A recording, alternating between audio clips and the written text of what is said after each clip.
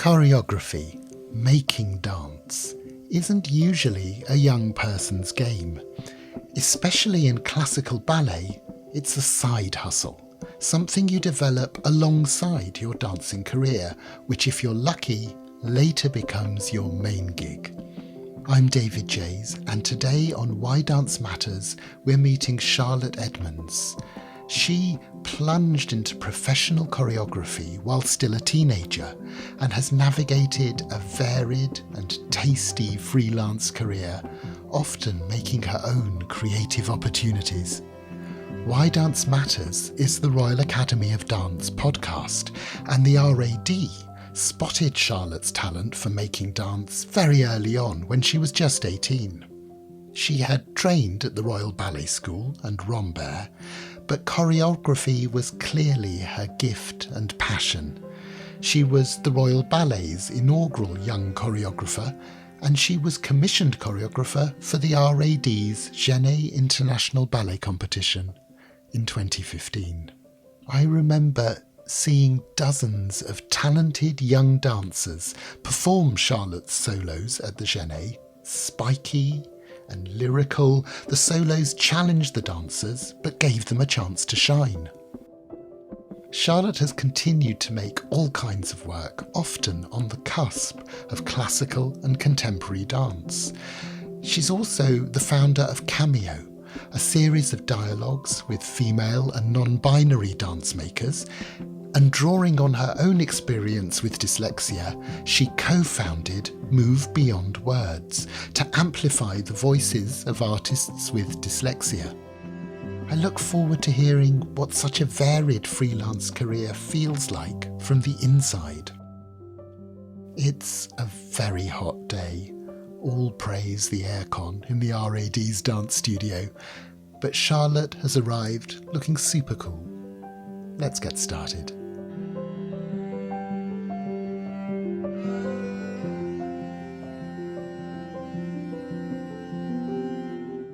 Charlotte, it is very lovely to be here at the RAD with you. I was reading lots of stuff before we met today, and one of the things I was reading was this really lovely quote from Alessandra Ferri, one of great ballerinas of the last several decades, talking about working with you, how calm you were, how clear your ideas were, and how confident you were. And I'm just wondering, where does that come from? Has that always been something you've had, that confidence? I think when you're working with Alessandra Ferri, I probably had a massive deep breath before walking into the studio and then thought, right, be confident, look like you know what you're doing. And I just wanted to ensure that she felt like she was in a really safe space and that she had confidence within me. So I think I probably stepped into a character at that point in my career. I think I was just counting my blessings on and enjoying the rehearsal and the moment of working with her. I think confidence comes with each process because actually, obviously, you come against so many obstacles and challenges. So in some ways, I feel now confident in like a process because I know a structure that I really like to work in or the learning styles and methods that I bring into the studio. So that instills confidence. Actually, thinking back, I don't know. I wonder if it's also the confidence of someone who staged a big tap number for their grandparents' wedding anniversary at an early age. Yes, I remember for my Nan and Papa's anniversary, I grabbed my cousin and I was like, let's do a tap dance because she's also in the arts, she's an actor. But we were so young and I feel like my older sister just was like, oh no, here she goes again. I kind of was quite quiet when I was younger. I think the arts and dance was where I felt most confidence. Of course, I'd be like, yeah, let's go do a performance and a tap dance or like grab my cousins and siblings at Christmas and I was like, let's do a nativity play. Thank goodness I don't do that anymore. Oh, I don't know. But at the time, I think that was where I got so much enjoyment and creativity and just, I suppose, the early choreographer within me as a child. No family gathering was safe. Yeah, exactly. Oh gosh, yeah. Thankfully that, they're still really lovely to me. I haven't burned too many bridges with my cousins. Was it partly performing was the appeal when you started dancing and experiencing the arts? Was that that sense of sort of sharing it and communicating it? Yes. I mean, my mum is an absolute champion. And the way I got into dance was she was working really early hours, really late hours, and she works in education. There was a local dance school called Elite Dance Works that housed classes within the school that I went to, and luckily had classes late in the evening. So she was like, "Are you up for trying it out?" And I was like, "Yeah, this sounds great." So I remember going to my first class, and the performative aspect definitely was exhilarating. And I think it was ISTD modern. So something I don't do now, but there was something that I fell in love with about that kind of style. The most memorable moment was at the end of the class, the teacher, Miss Haley, she put on a piece of music and was like, "Right, start moving and improvising." And so, now I'm a professional choreographer and still do that. You still put a piece of music on and you walk into a space and you improvise. But I suppose also when you're doing that kind of responding to a piece of music in your own way, it's the early stirrings of choreography as well, even if you don't realise that that's what you're doing. Totally. I think that's where I always begin. Even recently, I've been working with poetry and just writing out some phrases based on the concept that I'm working on. But I always go, right, I need some music now. It just pushes my body to think a little bit differently, especially if you're making and you know what your kind of habits are or what your go-to is. And if you put a completely different piece of music on at 10 a.m. and then another at 12, it's really fascinating to record it and watch back and see how that has instigated something within you. You kind of gather an album of music that helps you create choreography. You can create in silence. Well, that's really interesting, using your body, tapping or breathing. But there's something really rich in being inspired by someone else's work. And is that still how you start when a piece? Does it tend to be you in a room with the music, moving yourself before you bring that to the other dancers? Yes, absolutely. I think if I sit still too much, my body will seize up and you just don't feel capable enough to create what you want to create. So it's so important. I've learned this the hard way, to keep moving. And I now book in a studio space twice a week for a couple of hours to give myself that space to create beforehand and almost kind of create an internal archive or file of movement to then bring out. I am definitely a research artist. I love big topics and researching a lot before I even start moving. But at the same time, if I research too much, you think, how am I going to portray this through movement? And you can bring in other artistic elements, but at the end of the day, the core element is dance. So I kind of stop that research process and then start physicalizing. And they go, yeah, okay, this starts to fit. Is it reading? Does that look like that? It means it's kind of second nature when you're working with the dancers. You can really select the information that they need to know within the time frame that you're working. I might have been researching for 2 years and then I have 2 weeks to work with them. So I'm like, this is what you need to know. Right. Oh, and so all the information comes, you are the walking encyclopedia of that piece. Yeah, I hope so.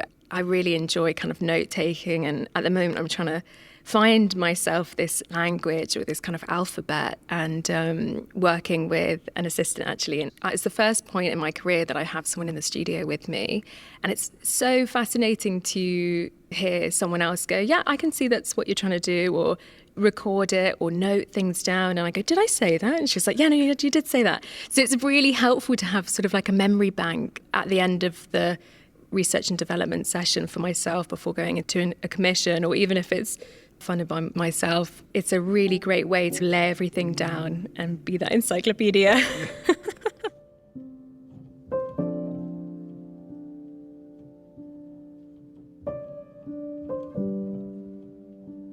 Going back again, Yeah. at the same time as you were making those early discoveries in dance school and loving it and relishing it, of course you had normal academic school. We're going to talk in a bit about Move Beyond Words, which is an amazing initiative you've founded for artists with dyslexia. And I'm wondering what that side of school was like for you. What kind of impact did that have on you? Well, It's interesting. I was talking to a rumba school third year recently as they were doing their dissertation on dyslexia within the studio and adapting to situations and also stepping into a professional career. She asked me what was the difference between primary school, essentially, White Lodge, the Royal Ballet School, and rumba. And I was like, well, it was the class sizes. Because at White Lodge, for example, speaking of academics, I went from maybe 100 people in my year to there's 12 girls, 12 boys. And I was in second set, so that's probably about 7 people in that set. So I was so exposed, and even though I was really shy and didn't want to be, my teachers were fantastic in getting me to the front of the class and always asking me questions and putting me out of my comfort zone and making sure I was speaking up. If you have dyslexia, you do become quite shy and worried that you're going to get the answer wrong, and that stops you. And so I think that's really important that they did that. I now, after having done a master's at Central School of Ballet, that was something I really wanted to do to kind of prove myself that I could do something academic. But if I look back at the young self, that felt like such a mission. I think because of experiences within school, it's like you try your best and best and best, and then you might get a C. And you're like, God, I felt like I should have got an A in that. And that's particularly for me, that was maths and English. But all the other art forms that we did, like we did expressive arts and music, and I love doing GCSE music. There's all these things that you really can latch onto that will fuel you and help you in your career, especially if you're going into the arts. I look back at all my contemporaries at the schools that I went to, and they're so successful in what they do because of the rigorous training and the discipline.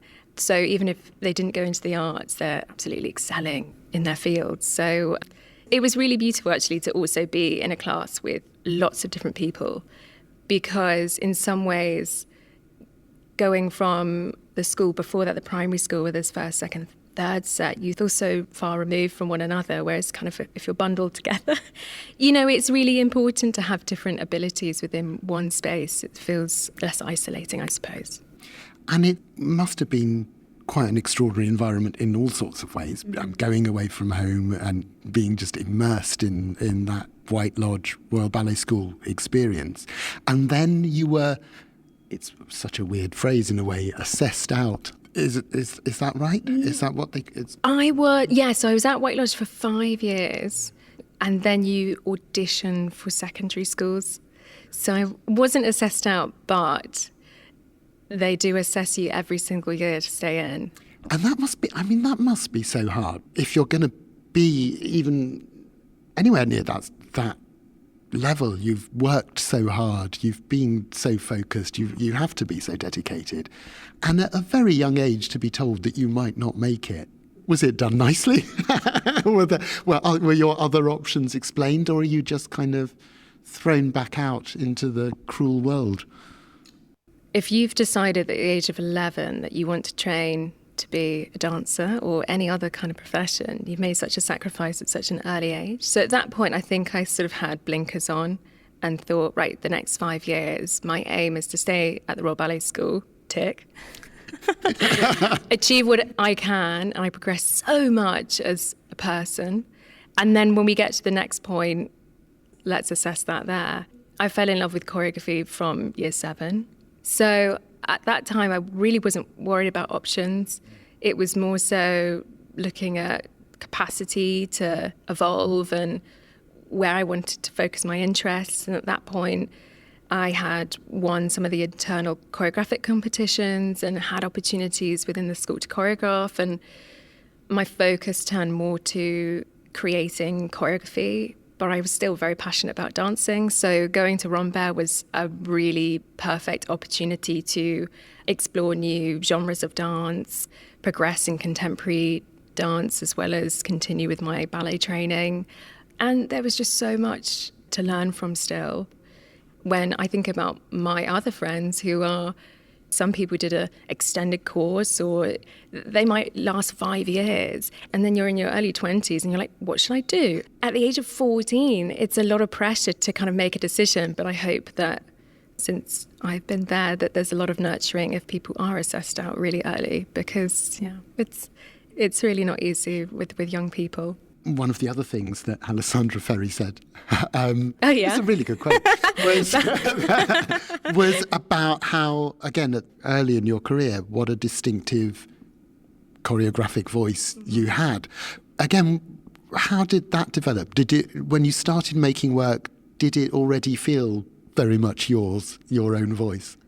I hope so. I think when I was at school, any free opportunity I had, I would go into the studio and put a piece of music on and start improvising. And from there, I suppose the origin of your body will inform the language of your movements. So if you base your style essentially off that, I think it's really interesting to kind of see how you move and then how it's imprinted onto someone else. So I do feel like at that point, it's really nice to hear that. I felt very much like I was evolving. I think I remember asking Robert Cohen when we were doing the Cohen Collective in 2015, I was like, how did you find your style? And he was like, oh, Charlie, please give yourself a break and some time. Because I think as you grow up, you do obviously go and watch performances and you recognize someone's choreographic vocabulary and you think, okay, what is mine? What is mine? It really is evolving. That's why it's really important to document and to archive, because if I look back at probably the 14, 15-year-old self, like, am I still moving in that way? And what has been retained and what changes? Because obviously your body changes as you grow. So I don't physically grow because I'm so short. And also, it's really good to test. There's lots of different tasks and exercises that you can do to yourself and explore like how that can kind of push you in different directions, and also working with different people. If there's someone that you think, oh, well, you're really executing something that I've had in my mind and that's it. So that also influences yourself and you think, well, what do I like about that? And you can really step back and view it, not on yourself, but on someone else. It's also about communicating that, yes, about sharing that, about running the room. Are you coached or mentored in those skills, or do you just have to kind of blunder through and pick them up as you go along? I think it's the kind of intra-personal skills, right? You know, that you have to get a sense of the room, and it depends who you're working with. You could be working with a junior company who are really hungry and they're ready. They have so much energy, and I want to empower that and give them confidence. And I do think a lot about how I'm going to enter a space. And it's very different if you're working with an individual for a film, for example. It's way more intimate and you're looking at various different details that are much more close up, and there's not a whole room of people who say, like, I'm always asking, do you need a break? How are you finding that? And it's really important to me, I think. Obviously, with Move Beyond Words, we look at a way of being within the studio and how, if you are neurodivergent, what accessibility needs does that person need, and just making it an everyday thing. So I always want to apply that to my own process, not explain it, just let it be embedded within me and walk in and hopefully give the dancers space to retain information, space to ask questions, and anything that I can do to help. That's really important to me, that it is a 360 feedback and feeling, because hopefully then when you work together again, you've got that kind of common ground and that foundation to continue moving forward with.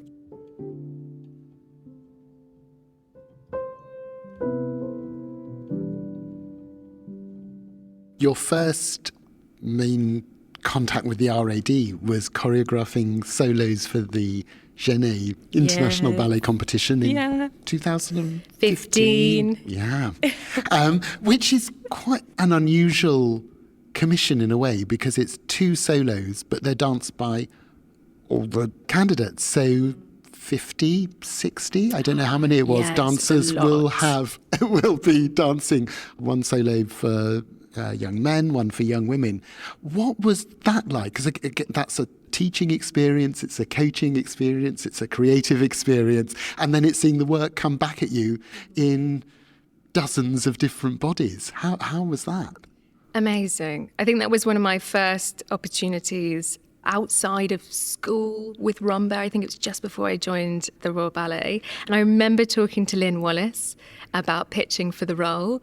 And Lynn Wallace was the artistic director of the RAD, we should say. She was absolutely fantastic. It was like, I was sweating, basically, sort of making sure that she felt like I was the right person at that point to be working with the young professionals.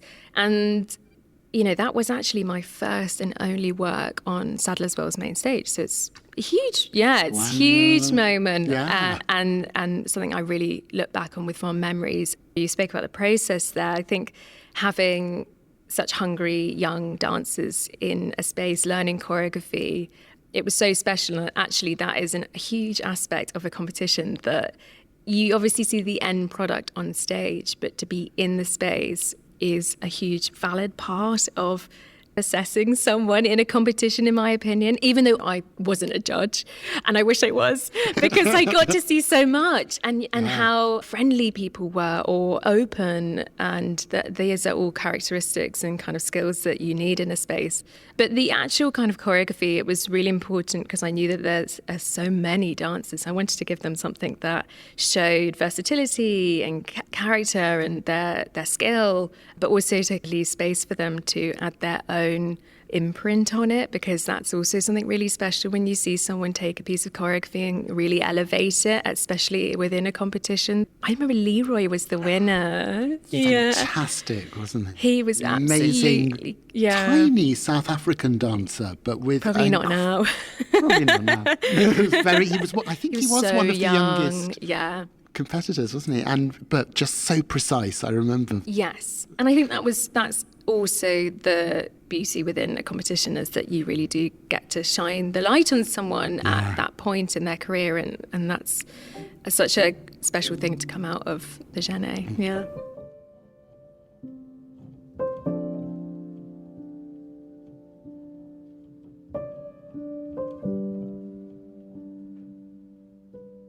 One of the things, Charlotte, that has happened through your really quite short career, but short yet packed career, is that it's also been the years in which people have noticed that there really aren't quite enough female choreographers on our main stages working with major companies.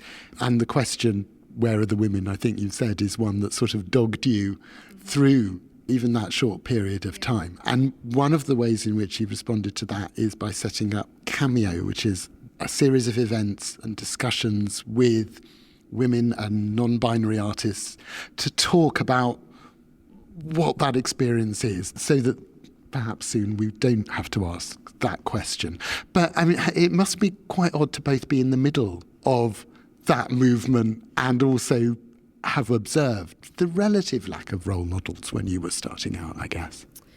Yes, I definitely had role models. Yolanda York-Cadgell was one of them and gave me my first opportunity. And I actually interviewed Yolanda for the first Cameo event, which was incredibly special and a perfect place to start and just highlight the opportunity and the leg up that she gave me, a woman supporting another woman. And that was at White Lodge, the Royal Ballet School. I can't remember how long ago, but I remember writing to the Dancing Times, actually. But I remember in the letter that I wrote in just sort of saying, yes, I can see that there's a lack of representation for female choreographers, and I'm really passionate about it. But, I think I was like 16, saying yes, yes, yes. I'm really supportive of women. I'm a woman. But in September 2023, I actually would have been choreographing for 10 years.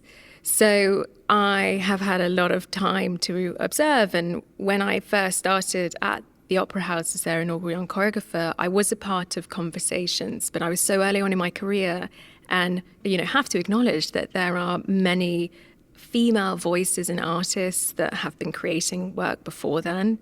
And I could only see that there was a lot of people bruised and disheartened, maybe lost a lot of confidence in what they thought, is their passion and art form, based around opportunity. So it's really important to kind of look at the facts, essentially. Only 32% of global resident choreographers are women, and that is a financially secure position and choreographic post. which just shows that a lot of women are freelance, which is, has its own challenges and obstacles. And if you're thinking about rent, you need to kind of support yourself and give yourself capacity to be creative and to create the work that you envisage and dream about. And I think at that point, I wanted to make choreography. I wanted to grow up. I wanted to push myself. And now I'm at a point where it's been 10 years. And I thought, okay, if not a lot has changed, is there something that I can do, which is Cameo? And it really is, like you said, a space for role models for people who want to hear about female and non-binary artists' experiences, particularly choreographers, but also art forms within that sphere or professions associated with the arts. And for me, I'm also really fascinated with what people's processes are like and the challenges and obstacles that they've faced and how they've overcome them. And I have had the good fortune of observing incredible choreographers like Wayne McGregor and Crystal Pite, and that's really special. And I feel a little bit selfish if I bottle that up and keep that all to myself, because I realize how much of an impact that had on me and how much that's fueled my creative process, my interests, way of being. So Cameo's a conversational series of events, both live and digital, and there is also going to be an extension of that to have a hybrid of both, where I get to talk to some inspiring figures, hear about their methods of working, their experiences, maybe even their personal life and how that's fueled their professional life, and just kind of give those voices a platform. And what's quite special is that as part of the conversation, particularly in the digital, I'll be choreographing with them. So I'm going to choreograph a short duet. And so hopefully, it's really exciting. And so hopefully it also shares an aspect of a process or people collaborating and ideas forming together. So that's a really special aspect of the conversation.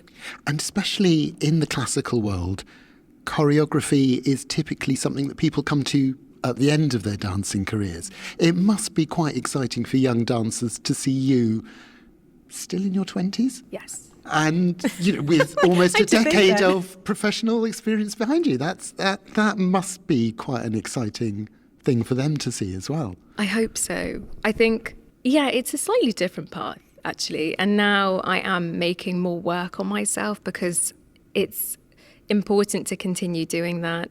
Also to have it just as like a reference of how do you move and watch it back.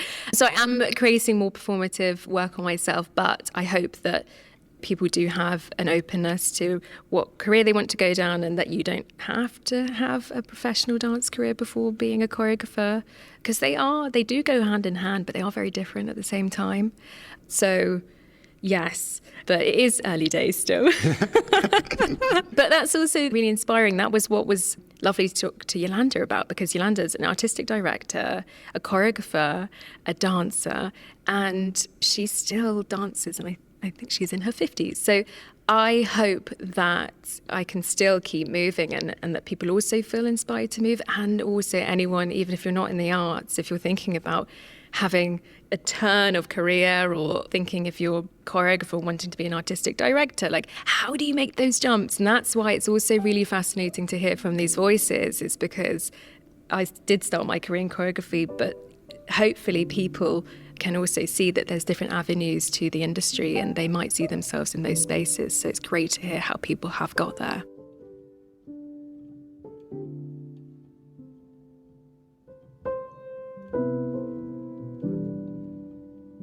And at the same time as starting Cameo, you've also set up Move Beyond Words. It's been a busy couple of years. Exactly. You're not slouching.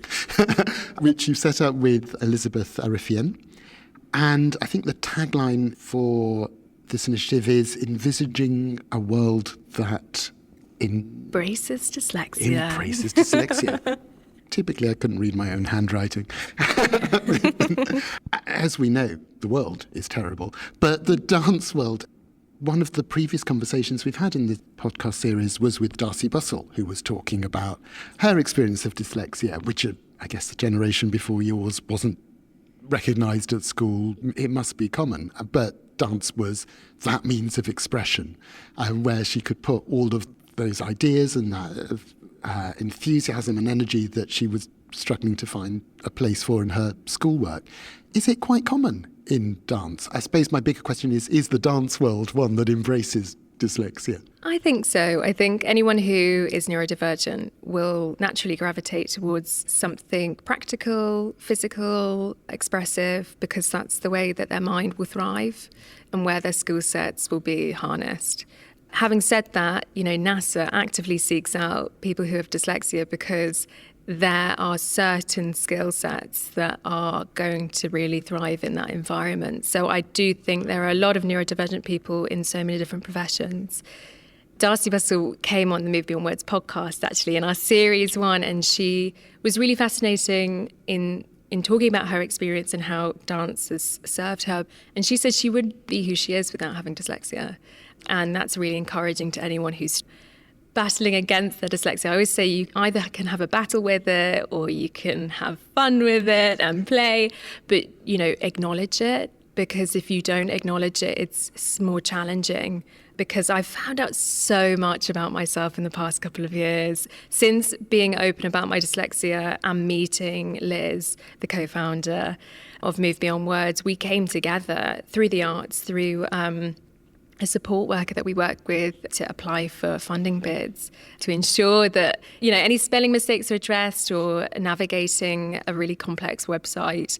All these sort of factors do come into play. And the support worker, Diana Roy, connected Liz and I together and was like, you're both in the arts, you're actually both specialising in dance, you've got quite similar experiences, why don't you get together and have a chat? And so really Move Beyond Words was formed out of 2 people sharing experiences and being a support system for one another. And that's something that we wanted to create because, yes, I do think that a lot of people in the arts are neurodivergent and it is associated with academia. It's something not to neglect and open the conversation within, we're in a studio space right now. And it's really important to acknowledge the complexities within that kind of environment. It could be anything like an audition where it's a naturally heightened environment. Anxiety levels will be probably through the roof naturally. And yes, if you are struggling with processing speeds, left from right, direction, no time to process choreography, it can be really challenging, and actually you're showing your weaknesses before your strengths. And obviously an audition is a natural structure within our industry, so it's something we cannot change, but Move Beyond Words' mission is to support the individuals within that space to feel confident with saying that they have dyslexia, to know their needs, and to maybe apply them before you even walk into the room, or familiarize themselves with learning styles and methods to support them through that particular experience. And it could also be within a classroom. The same things apply. So, yeah, we actually have a workshop coming up, which is really exciting, the first of hopefully many, where we're looking at exactly that, supporting people with learning styles and methods that they need, sound healing to help with mental health and well-being.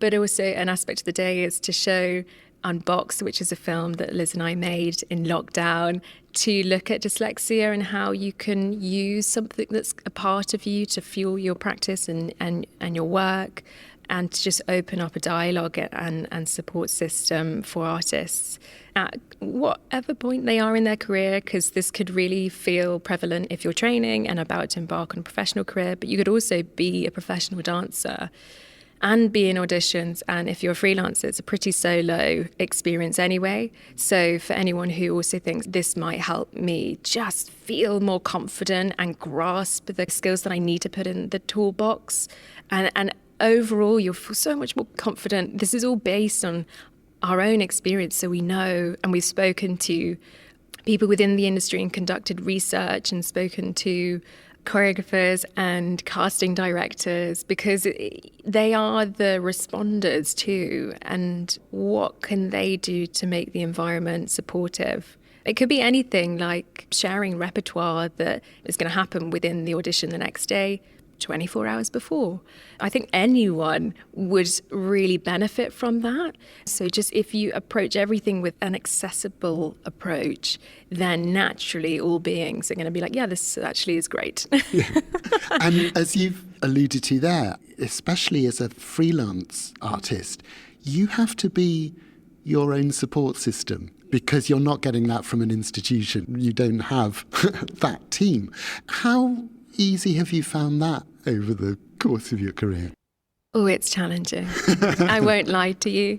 I think I do really enjoy being freelance, especially being neurodivergent. People with dyslexia, they have an entrepreneurial feel, and you see them being able to manage themselves quite well because you put in these structures for yourself. And if you need to take an hour longer on something, you may need that time. So freelance actually does work for me.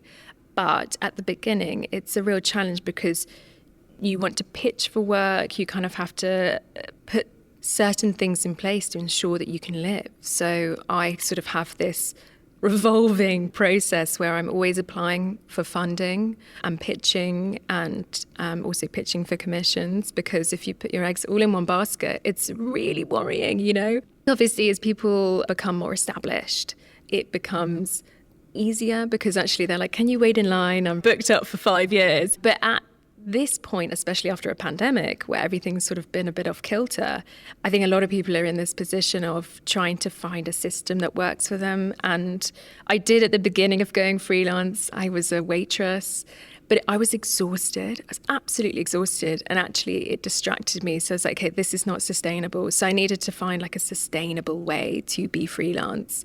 That's an aspect of Cameo, to have these really open conversations about living, about being an artist, a sustainable artist, that hopefully people will really respond to, because it's important to discuss these things. It shouldn't be hidden away. You know, not that it's a secret, but it's just really important to see how people, like what works for them, and think, okay, would that work for me? And try and do something similar. That's been my process so far. And I think the worst thing is taking on too much and spreading yourself too thinly. You know, we've all probably been there. Oh, yes. And that's really important, especially if you're creating something. You can have a file of ideas, but then you have to have energy and capacity to do those and execute those things. That's the other really important thing that I've done over the past couple of years, is really give myself kind of timelines that are not unrealistic.